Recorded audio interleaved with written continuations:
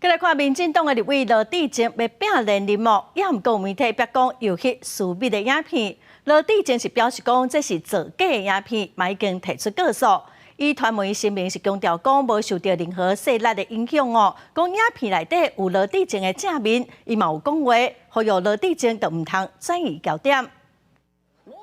选战进入六战冲刺阶段。民进党立委罗致政想要连任，却传出私密影片外流的情形。罗致政伫咧西沙坐车扫过时阵，心情敢若无受影响。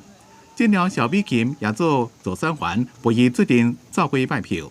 罗致政批评这个影片是亲匪假造影片，会告到底。已经到新北市调查处完成笔录甲告发，案件将会转到地检署。这个影片，就我们所了解，是先丢到国外一个不知名的这个所谓的色情的网站，然后呢，事实上也没有人会注意到，可是呢，壹传媒呢就第一时间掌握了。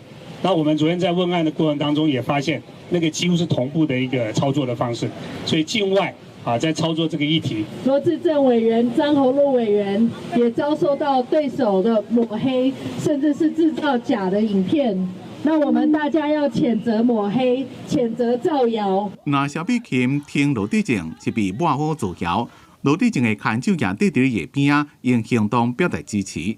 罗致政批评壹传媒用假议题农场来报道知名道士，境外间谍选举正明显。指出壹传媒发表声明，否认有任何势力介入，检视所有影片内面有完整的罗致政正面的影像，并且有讲话的内容，叫罗致政卖回票转移焦点，要讲全民最近来检测这个影片是真的也假。什么叫深伪？他们还搞不懂嘛？哈，我想我们就是照法律程序来走，我们已经提告了。